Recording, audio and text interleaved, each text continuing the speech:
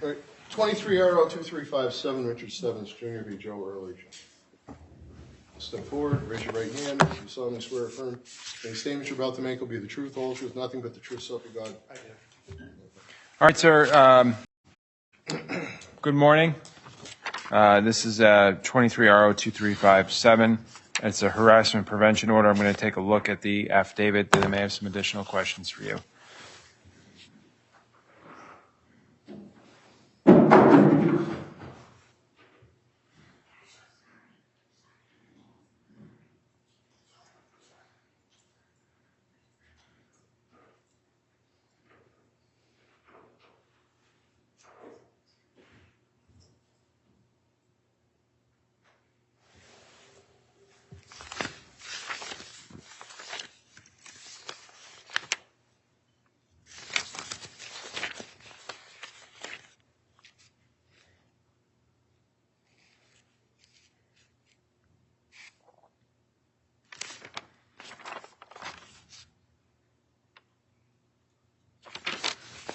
Sir, what would you like to tell me? The Worcester County District Attorney's Office and Joe Early are preventing me from going to trial because I have evidence that Assistant District Attorney Catherine Johnston, Springfield Police Officer Thomas Sheehan, tampered with evidence in my previous cases. And this is the conversation I was having with my ex the morning of this argument, the discussion we had. Is that the case? I'm sorry. Is that the case that started in Warren Police Department? When I left my ex's apartment, she didn't understand what was wrong with me. I wasn't feeling well, and I didn't want to deal with this situation anymore. Sure. I was feeling mentally overwhelmed. I couldn't take it. I didn't know that I was sick again. And she didn't know it either. She was enraged when I left. But when I explained to my lawyers that I have this other case, and they told us that a Worcester County District Attorney's Office, they said I have to come deal with all in Springfield. Even though I don't care about getting these felonies off my case. I even tried to commit suicide. I was so sick in the past, and I had a case in Superior Court, and they coerced me into pleading guilty. And they won't even give me the recordings. I wanted the transcript of that hearing, because I said that. I don't remember even doing it. It's like 2 weeks after getting out of the psych ward and trying to kill myself. And every time I try to tell people... And how are you feeling today? I feel very stressed, but I'm seeing a therapist, and I speak to my doctors about this, and they all agree with everything I'm saying, that I sound reasonable, even though it affects me physically and mentally, because I have a skeletal genetic muscle disorder. So I'm sorry to hear that. My muscles tighten up, and if I overexert myself, Can I just die. tell you that it looks like from your record, the case in Warren out of the East Brookfield District Court is scheduled for jury trial on January 10th, 2024. I'm sure you were aware of that. My lawyer said something about TAD. I'm not sure what that stands for, but he told me that I'm not going to have a trial, and it's just I'm just expected to be there. My presence has been waived previously, but because it says JT at 62, which I think is the Worcester District Court. So it looks like the case is it starts in East Brookfield and looks like the jury trial is held in Worcester. I don't know. I'm just telling you what I'm seeing on your record. The judge I spoke to in Worcester, I spoke about a lot of this, told me I have to come deal with this in Springfield. So I don't know how I'm supposed to deal with this. Okay. It doesn't make it, whoever I tell, everybody wants to wash their hands of it, because I have physical evidence. This started like 10 years ago, and I was just going to put it behind me. I tried to go before Judge Hadley again, and then he's like, oh, these are bold statements. I'm like, I have physical evidence, a preponderance of evidence every step of the way. Springfield police tampered with evidence. I went to the civil people at Maple Street. I already had my doctor's notes ahead of time. I knew I was injured from an incident. A woman was driving with no car insurance, a rejection sticker for safety that I didn't know about. Their registration was suspended in Springfield. The Springfield officers helped her get away with that.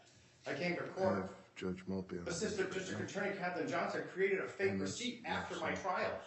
And I have proof of that too, because the original receipt was faxed. The day after this incident happened, January 16th, 2011, and then the District Attorney's Office created a fake receipt and provided it weeks after my trial when I had the reimbursement. I had to pay her back for a damaged window, malicious damage. And the reason the window wasn't covered by the window place is because she didn't have insurance.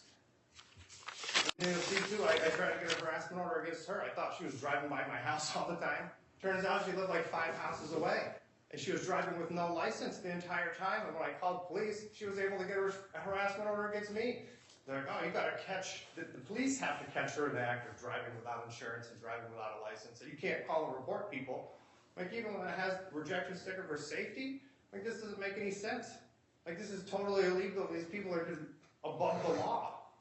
And then the hammer came down on me. You guys made me pay for a window that she never paid for, making me seem like a monster. This is all like so overwhelming. And I put this online, and my lawyer's like, you know what? The only way to get away with this is to put it all online. So now they can't take it away. And now I'm not being allowed to go to trial because they don't want to talk about it. It seems to be always somebody else's fault. Oh, I had nothing to do with this. You guys go see somebody else. When I spoke to, it was a district attorney, Mark Mastriani, years ago. I had an appeals lawyer, Anna Levine. She spoke to him before he became a federal judge. Everybody just, I don't know what to do. If you talk to somebody else, I'll get a lawyer, sue them civilly. Why do I have to do all this stuff? If somebody commits a crime, isn't the state responsible for investigating that if it's reported? Not just, well, somebody accused you of a crime first, so if I beat them, like, oh, I see the guy committing a crime, and they notice I watched and they accuse me of something that means they're innocent? That doesn't make any sense to me, because I've done nothing. I've never lashed out at these people. When I found out where that girl lived, a couple houses away, I didn't go up to her. I stayed away from her street. I didn't harass her. I never lashed out on her. I just wanted the law to admit that they did something wrong. The Springfield police shouldn't have done that. The district attorney's office shouldn't have done that. And I can back all of this up. And I never would have discovered it if I didn't keep fighting. And Judge Matthew said, what if somebody even paid for that window? So I finally, like a year and a half after the event happened, was able to find where she went and got the window fixed and find she never paid for it. Like this doesn't make any sense. All this stuff, like I swore an oath to tell the truth, and they did too, and they didn't tell the truth. And my biggest thing when this all started was just that I was denied medical attention. I was walking in the parking lot, I took my car years ago, and then they just brought me to the police station and then harassed me. Like that's ridiculous. Like, and then to find out they denied me medical attention because she didn't have insurance, and they would have had to admit that. Texted me and said he was ready on the voluntary. So you can see this stresses me out. I got a lot to say, and it's like, man. And there's just so much. Like if I don't say it in order, that's why I put a video online. You know, like everyone that sees, like, man, you say ridiculous too much. I try not to swear. I try to keep myself like grounded, not to be upset because I'm not upset at people for this. Like this is like a broad problem. I'm not going to go after any of these people that accuse me of doing stuff. Like, oh, my ex accused me of hitting her because she's mad I ran off. When I hear the whole story behind that and why she was so stressed out and said that, it all makes sense.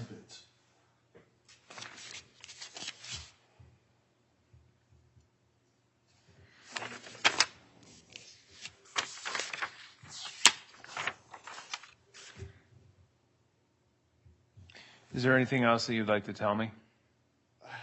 I don't think so. Eventually someone's going to have to look into this, and it's not going to drop it all on you. It's overwhelming and telling you all this stuff. Like, you can't do anything today. It's been going on for years. So hopefully, once this is done, someone will point me in the right direction.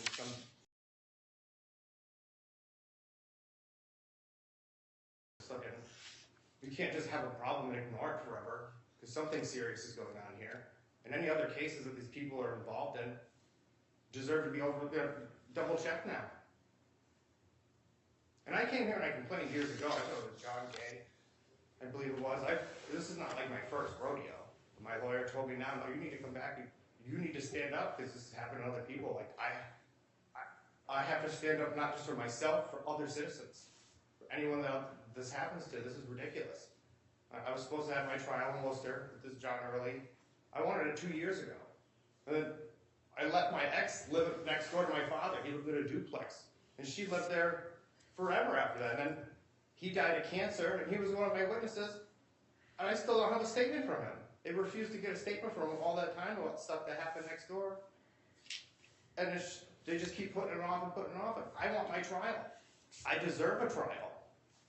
I should have had it 2 years ago.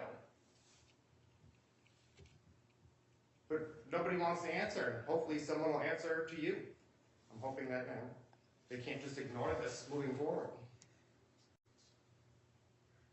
Okay.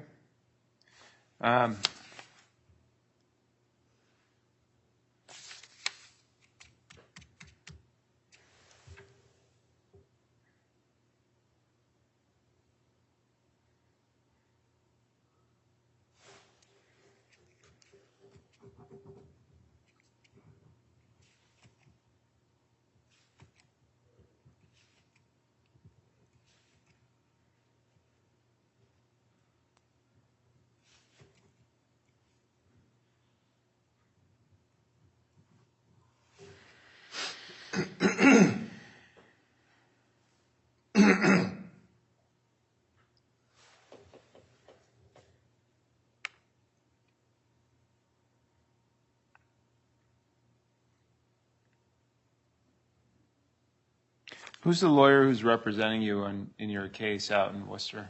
Alexander Virgo? Okay. Is he the first attorney you've had on that case, or? No, technically it's the fourth. I had Roger Banks. There was another woman for like a week, and then Michael O'Doherty. Okay. Are those all bar advocates? Yes. All right.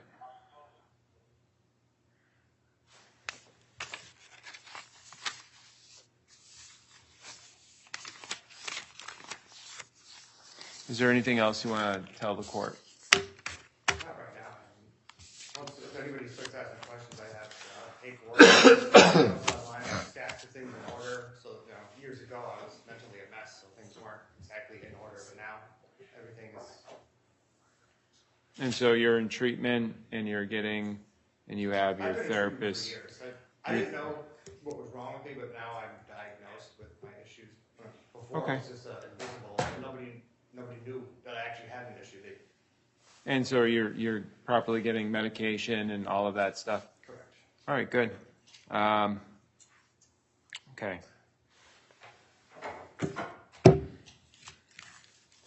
So here's where I'm at, and I'll share with you my thoughts on it, and hopefully you understand what I'm about to explain to you. First and foremost, I understand your frustration with wanting a jury trial and having to wait 2 years for that.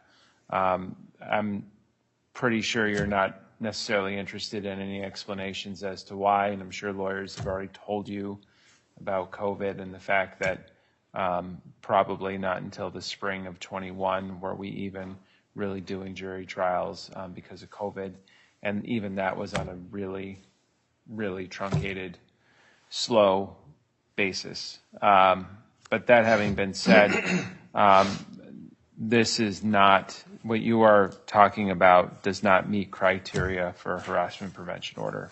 It just doesn't. I understand that you are trying to build a record and you're very upset and all those things, but this is not what a harassment prevention order is for. And it's not the right venue for it, and it's not the right, frankly, even court for it. But that's besides the point. A harassment prevention order is a very narrow type of proceeding focused on a very narrow issue. And I say this a lot. This court can't solve all of the problems that people face when they come in here on these orders. So I wish you the best of luck. Your application is denied. Thank you. Who can I contact? Is there anyone? Because when I've asked, no one knows who to contact. I tried the Attorney General's office. I called the FBI and spoke to them. So, sir, I wish I could give you legal advice on what to do, but I cannot. I am precluded from doing that. It sounds to me like you were talking about your civil rights being violated, and you would need a civil rights attorney. That's the only thing that I can give you, is that you should talk to a lawyer. And you've done that. So I'm out of suggestions. Even if I've accused somebody of a crime and I present evidence and put it online, like nothing can happen. Like if I committed a crime and made a video and put it online, I can be charged with it. Or if I committed a crime, who would investigate that? Like I'm not the police. I can't arrest them. Like I'm not the law. Like how do I use the law the way it's designed? Again, I wish I could give you legal advice, but I can't. You ask great questions. You certainly have concerns, but I can't give you legal advice. Good luck. Thank you. All right. Be well. Stay safe.